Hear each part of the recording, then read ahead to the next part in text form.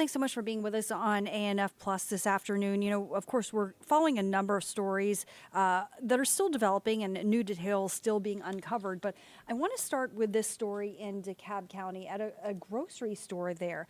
2 innocent bystanders were shot inside that store. It happened late yesterday morning at the Ingalls on Rockbridge Road near Stone Mountain. Police say 2 employees got into some sort of argument. It then escalated throughout the morning. Eventually, a third person got involved. At some point, 2 of them started shooting, and police say 2 innocent bystanders in their 60s were seriously injured. They had to be rushed to nearby hospitals. 47-year-old Quincy Mitchell was arrested and faces several charges. It is not yet clear if he's one of the workers. Our Alani Latang is gathering much more information on this story, and she'll bring you the latest in a live report coming up at 6:30. And now I want to turn now to this tragedy in Atlanta. This morning, or this afternoon, I should say, we're still working to learn more information about a person who was hit and killed by a car in southwest Atlanta. It happened around 10:30 last night on MLK Jr. Drive near Lyndhurst Drive. Excuse me. Officers confirm a 59-year-old female pedestrian had been struck by a vehicle. That pedestrian was transported to the hospital by ambulance in critical condition, but ultimately doctors could not save her and she passed away from her injuries. The vehicle involved and the driver did remain on scene. Preliminary investigation indicates that the pedestrian was lying in the roadway when she was struck. Investigators with the Accident Investigations Unit responded to the scene to determine the circumstances surrounding what happened. At this time, no charges are pending in this investigation, but we're going to keep following the latest there and let you know of any new developments. Okay, let's talk about the air quality here in Atlanta. Several metro Atlanta counties apparently have some of the worst air quality in the country. Atlanta News First reporter Brittany Ford breaks down the new report. Close to the Fulton County Airport, Fulton Industrial Road, which is where the UPS. Gwendolyn Smith is executive director of CHARS, a local environmental health organization. In this particular area, we have the Inman Rail Yard. We have the Charlie Brown Airport. We have 285 running through these communities. Smith educates and advocates for those in marginalized communities like this one in southwest Atlanta that are hot spots for air pollution. And we're having community conversations, inviting them to come in to talk with them about what is the connection between climate change and what is the connection between air quality and their health and their economics. The American Lung Association's latest State of the Air report found conditions have worsened. Unfortunately, Atlanta dropped on all measures. Coming in 4th worst in the southeast for ozone pollution and tied for 3rd worst in the southeast for particle pollution. The report ranked counties by grade from data collected between 2021 and 2023. Fulton and Henry County received failing grades due to unhealthy levels of ozone pollution, also known as smog, and particle pollution referred to as soot. It's very dangerous, and both of these can be dangerous for anyone, even healthy individuals.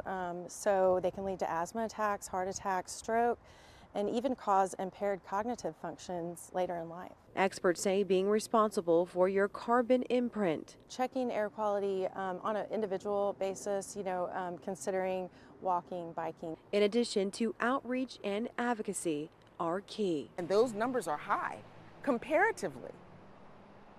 And so we'd be concerned about that.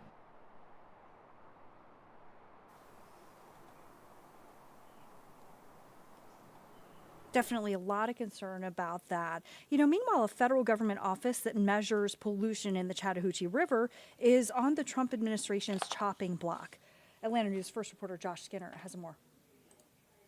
If you miss it while driving through Vinings, you'll be forgiven. This federal program is actually a model for how efficient a federal government can run. Just below Hermes Bridge on Paces Ferry resides one of the Chattahoochee River's dozens of flow gauges. The United States Geological Survey has been monitoring flow gauges in rivers across the country for over 100 years. But to the dismay of Jason Olseth and the nonprofit Chattahoochee Riverkeeper, those gauges, part of the Bacteria Alert program used to measure everything from E. coli to water levels to pollution, could soon go quiet. So according to the DOGE website, the USGS, United States Geological Survey office, is scheduled to be closed at the end of August. DOGE, the Department of Government Efficiency, headed by billionaire Elon Musk, lists the Norcross USGS facility's closure as saving just under $1.4 million. Olseth says if the facility closes, the information stops. That could have serious consequences. People will start drowning downstream of these dams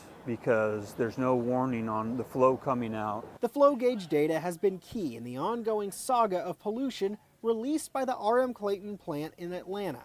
The data is also used by Georgia Power when pulling water out and water treatment plants when putting water back in. Without it, what happens is uncertain. Georgia Senators John Ossoff and Raphael Warnock are pressing for details, asking in a joint letter to the Department of the Interior, will USGS staff from the Norcross office be relocated? Have employees in USGS's Norcross office been terminated? And how will the government ensure there is not an interruption in service to the USGS Water Science Center's critical mission? Olseth says a shutdown would mean a recovery time measured in years, and the nearly 1.5 million people who set foot in the Chattahoochee each year could know a little less about what they're literally getting into. Nobody's going to know what's happening. In Vinings, Joshua Skinner, Atlanta News First. And in Atlanta, firefighters are constantly putting their lives on the line to protect people and their property. Atlanta News First reporter Adam Murphy explains how the Atlanta Fire Rescue Foundation is trying to make it easier for firefighters to live where they serve.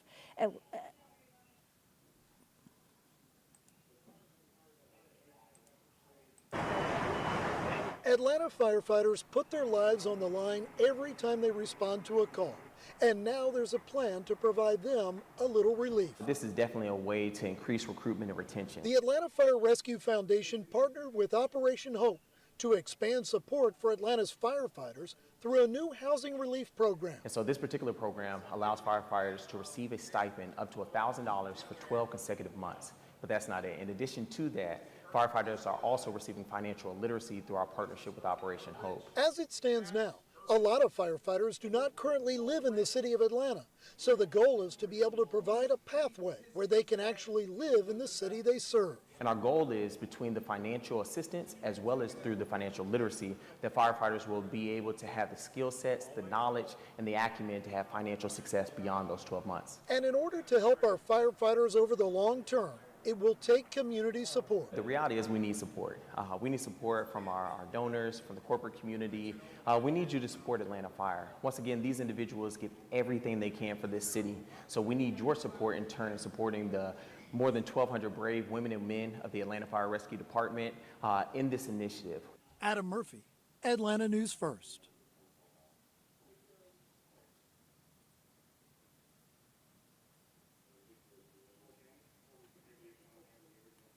And if you haven't done so yet, it is time now to reserve your ticket for the 2025 St. Jude Dream Home Giveaway. You could win a brand new home valued at more than $750,000. Tickets are limited, so definitely don't want to miss your chance to win not just the home, but several other incredible prizes and a chance to change the lives of kids with cancer and other serious illnesses. Atlanta News First anchor Tracy Hutchins shares how St. Jude Children's Research Hospital takes care of patients and their families. No parent should ever bury their child. Never. It is a painful thought for parents with children diagnosed with a potentially fatal illness. When a brain tumor threatened Allison Fletcher's life, her mother Emily found hope hundreds of miles away from their home in Jefferson, Georgia. St. Jude Children's Research Hospital in Memphis lifted the family's burden. When they called and he said, okay, I need you to get here, and they had a coordinator call me and said, okay, we're going to put you on this flight. This is where you're going to spend the night. We've got meal vouchers for this. I need you to show up at this store. And they literally hand walked us through every part of St. Jude, especially folks that maybe have hourly jobs or things like that. They're having to make the decision, do I sit with my child in the hospital or do I quit my job because I can't pay my rent and I can't pay my mortgage? And those kind of decisions, St. Jude just comes right in and says, don't worry, we've got all of you. We can help you through this. Do you think you would have been able to get through it without St. Jude? I don't think Allison would be alive without St. Jude. So you can get through anything as long as your child's with you. But if you lose your child, it doesn't matter, does it?